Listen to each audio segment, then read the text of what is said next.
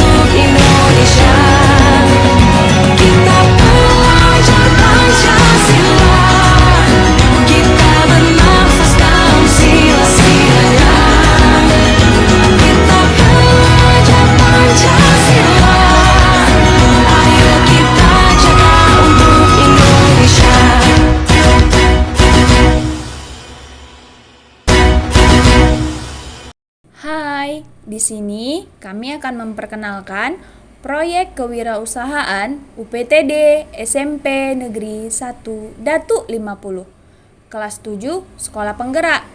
Kami memiliki 8 guru pembimbing hebat.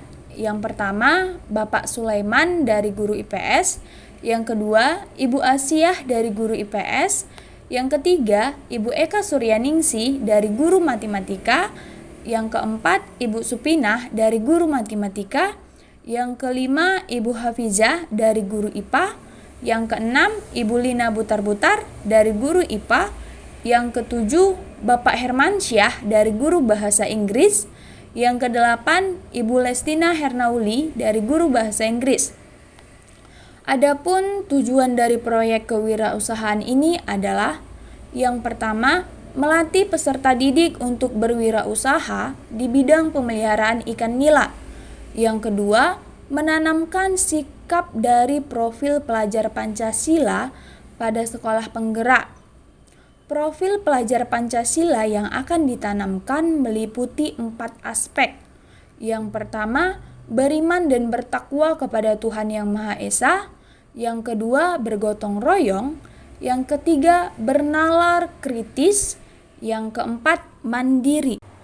Dalam kegiatan ini, yang pertama kali kami lakukan adalah membersihkan area kolam yang dilakukan dengan bergilir sesuai jadwal piket dari setiap kelas. Kemudian, sekeliling kolam kami pagari dengan paranet agar ikan tidak terbawa banjir jika sungai Belati meluap. Setelah semua dipersiapkan dengan baik, termasuk perlengkapan telah tersedia, maka langkah berikutnya kami memasukkan bibit ikan, yaitu ikan nila dan ikan mas. Pada saat hendak memasukkan bibit, kita terlebih dahulu menyesuaikan suhu kolam, sehingga bibit yang dimasukkan dapat beradaptasi dengan lingkungan kolam. Artinya tidak terlalu panas dan tidak terlalu dingin ya teman-teman. Tahap selanjutnya, pemberian pangan yang dilakukan 2 kali sehari, yaitu pagi dan sore, yang dilaksanakan oleh guru pembimbing dan siswa sesuai dengan jadwal yang telah ditentukan. Untuk mengatasi penyakit yang menyerang ikan, maka kami melakukan pemberian obat-obatan, yaitu daun pepaya, pil atom, dan daun ketapang. Maklum ya teman-teman, untuk menghindari ketumpuran dan proyek yang gagal harus dilakukan seperti itu. Setelah melalui masa pemeliharaan dan perawatan, di usia ke-4 bulan terlihat ikan sudah besar dan sudah bisa untuk dipanen. Masa memanen kami tentukan dan dilakukan bersama-sama dengan cara menyedot air kolam menggunakan mesin sedot, membentangkan jaring antara pangkal ke ujung kolam, dipegang dan ditarik ke pinggir kolam untuk mengangkat ikan ke permukaan kolam. Lalu kami memilih ikan berdasarkan ukuran besar dan berat. Kami timbang berapa hasil kolam pertama dan kolam kedua untuk dijual ke pasar atau ke masyarakat yang di sekitar sekolah. Kalau teman-teman mau mesan juga boleh. Kesan yang kami dapat dari kegiatan kewirausahaan ini adalah dapat mempererat hubungan kerjasama antara guru dengan guru, siswa dengan peserta didik, maupun guru dengan siswa. Pesan untuk kegiatan kewirausahaan ini adalah dalam melakukan kegiatan kewirausahaan perlu modal dan bimbingan dari tenaga ahli. Sekian teman-teman, semoga kalian tetap sehat dan mari menjadi wirausaha cilik untuk hari depan yang lebih baik. Terima kasih.